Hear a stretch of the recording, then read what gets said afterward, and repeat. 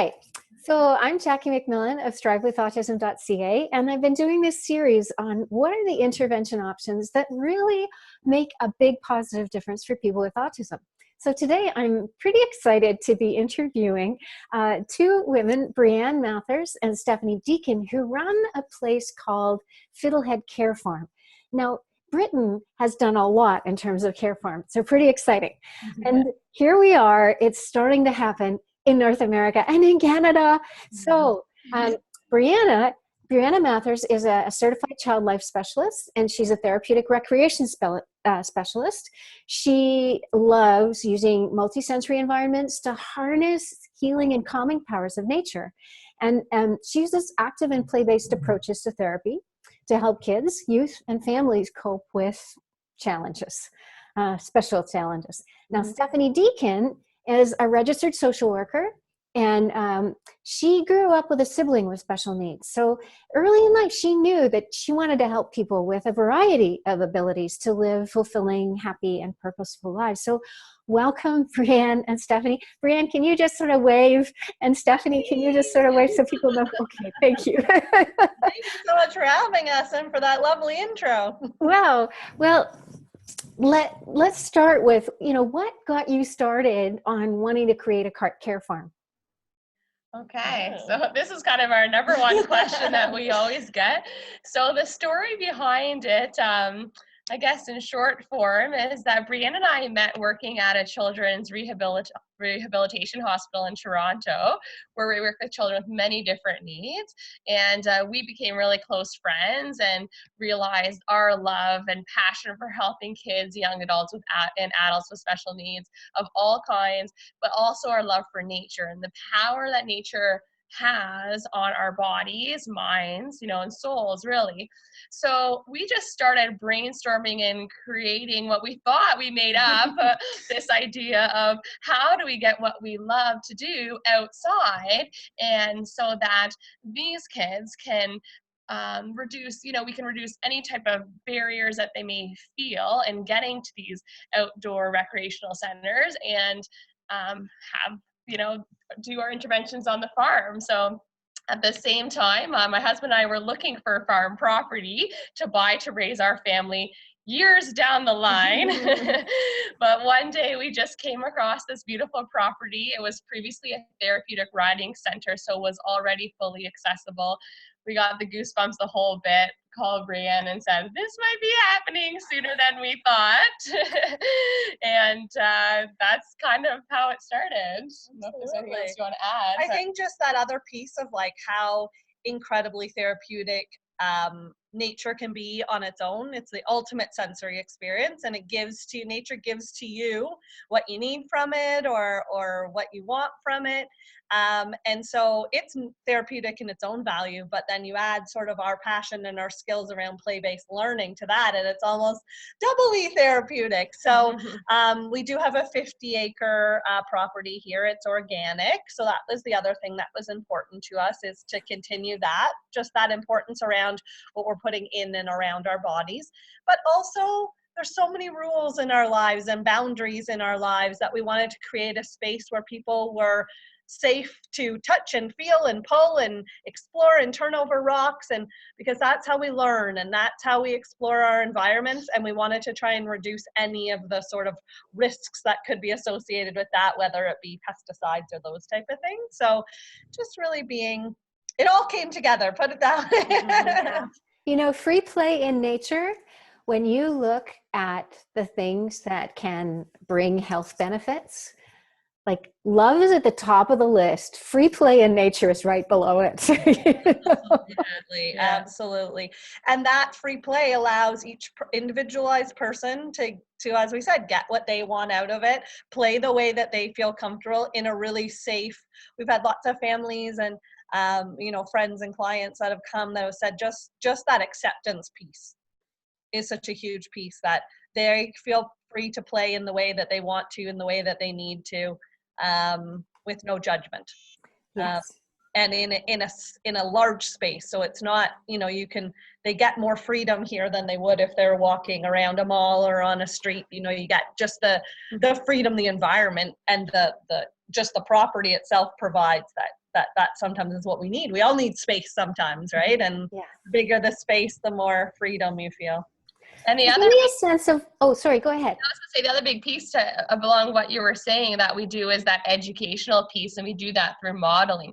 So when you talk about this free play in nature, we as a society in general really gotten away from that, and we protect our kids so closely that a lot of what we do is educating families and kids on how to do that again. Yeah. It's, it sounds silly, but and even just through modeling or some of the activities that we're doing, that's really showing them how to be kids again, really. It's not silly. My husband actually works part-time at a nature school.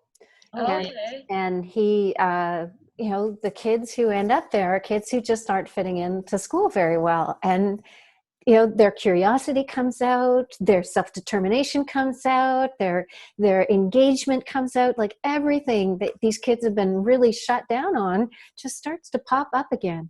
So I am totally on board with it. So in a nutshell, what does what you're doing look like?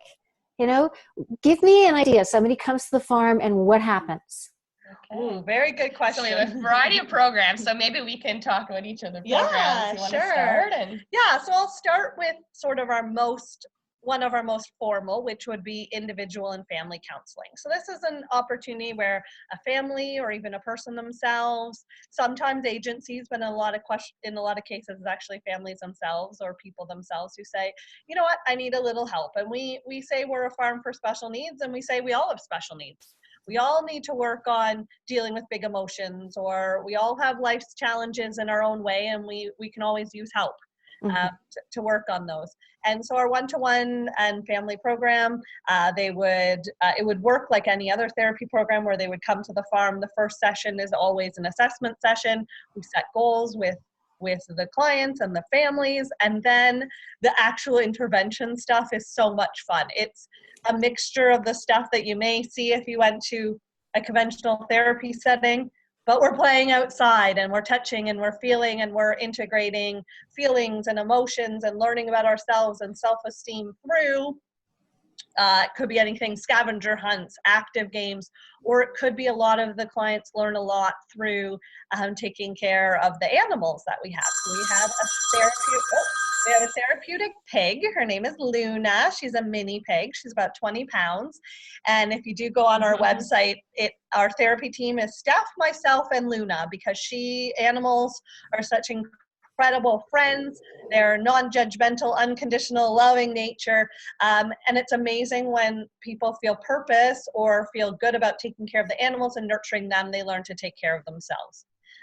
Same thing with our chickens that we have. We have a bunch of laying hens and then some other chicks that we've been raising from babies. And so again, for them to see those and interact with them and feel a sense that they had a place in taking care of that animal and nurturing them. We'll often sit with them, and just even stroking an animal can have such wonderful benefits, as well as just they can tell them their secrets and they can't tell them, as well as they don't talk back, and they're all very snuggly creatures, as some people are surprised by that, but really snuggly creatures. And so for our individual and family counseling, it's really about, they're generally hour sessions, and it's spending most of your time outside, touching and feeling and learning and practicing coping strategies or learning about yourself and others. That's great. That is great. One of our other programs that we're really excited about is kind of more closely aligned to the care farming model in the UK, which is where we have young adults coming to a group. So we're just trialing this program. We call it our co-care farmers. And we have 5 individuals between the ages of 18 and 25 that come here on Friday mornings to do farm work and life skills. So here again, same principles apply and the benefits we get in taking care of animals. But we're taking care of the animals, working in the gardens, just really managing the forest trails or any actual farm work that needs to be done around. We're doing that. So we're learning a lot of hard skills, but also the soft skills of the social aspect. So how do we take turns and get along with others and teamwork? But just a chance for each of them to practice their social skills. So that's one of the really fun things that we've been starting. Yeah, and just to add to that, it's been incredible. Each one of those 5 participants, co-farmers, have their own abilities and needs, and it's been really cool to see how they share and advocate for who they are and what they need from others, how to support each other in the environment. And we just finished week 4 of 6 this morning, and it's just incredible to see them learning from each other and how can I help you with this, and also helping themselves by being able to advocate for what they need. Yeah. So that's been a really cool opportunity. But yeah, as Steph said, they also learn hard skills like, using hammer and nails safely and things that can translate into real independent skills outside of the program. So I know you. Oops. So the other programs we have, just a list, we have summer camp. So we're doing day camps for kids in the summer, and we have special events. So our next big event is in 2 weeks on Halloween. We do the Saturday before Halloween, a big event. And then we just have farm visiting programs where people can just come to the farm for an hour or so and just visit the farm. So quite a variety of formal versus informal programming. As well as with that, the farm visits, we have lots of school groups, community groups, Girl Guides, and those type of ones who come out, or picnics from different groups who just want to come out, and instead of going to their local park, they come out here and visit with the animals. So those are also Nice. Nice. Yeah. So if you were going to describe the characteristics of the people that you're seeing the kind of best shifts in, like what are the characteristics of those people? I think a lot of them seem to have quite complex needs. Many of them even dual diagnosis and those type of needs. A lot of them just don't fit into traditional settings because you're trying to put them in a box that doesn't suit them. It doesn't support them in the way that they need. In a lot of cases, independence is a big one because of their complex needs. They aren't able to practice their independence or have that feeling of power and independence and leadership in their life because there's always someone with them, or there's always someone, telling them what they can and can't do. What they're not good at. Yeah. A good example of that is the summer camp. We had 2 weeks. The first week of summer camp, we had 10 kids. All were not able to be successful in a full week of summer camp and anywhere else. All with a diagnosis of ADHD, most with a diagnosis of autism or a sibling of those with autism.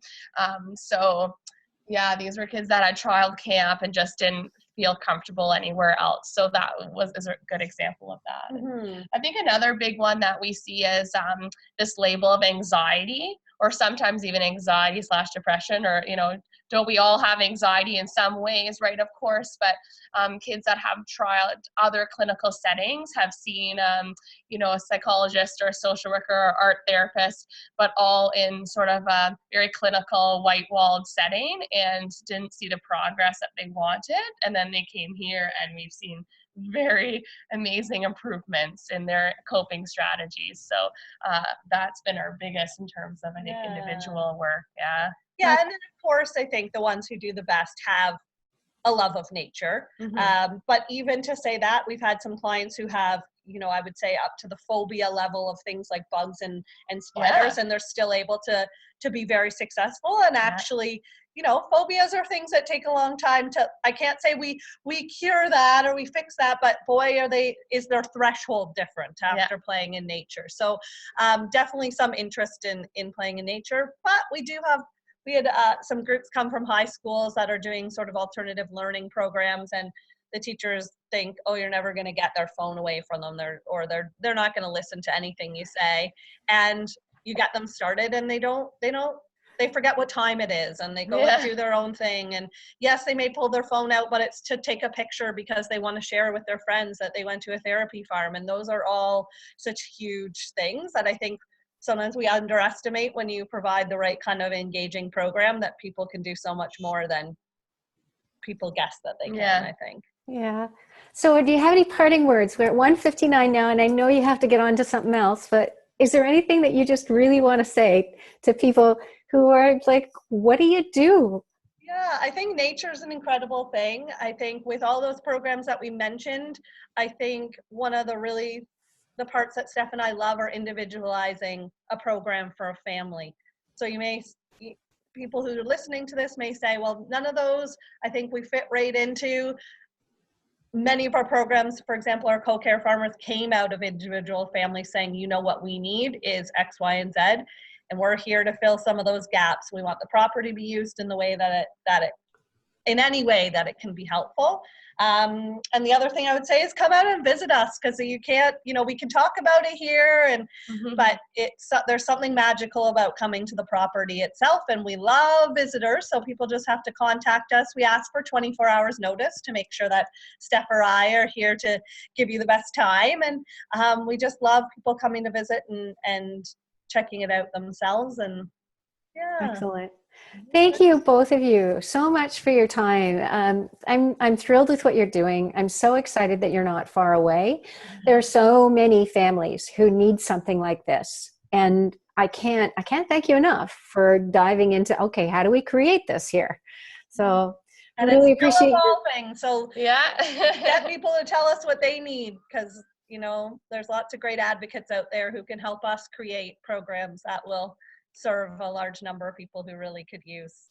You know, I bet you could run a really fabulous Spectrum Adults networking event there and make it absolutely, like, so far they've been held in convention centers and hotels and university centers that are really, really not conducive to good communication among autistics. Yeah. If you were to hold an event for adults on the spectrum to get together, share information and resources, support each other, I can absolutely see your space being so much more supportive of the kinds of conversations and changes we want to see. That would be amazing. Well, let's take that offline, Jackie, and maybe next time we talk to you, we'll be able to announce the date for it.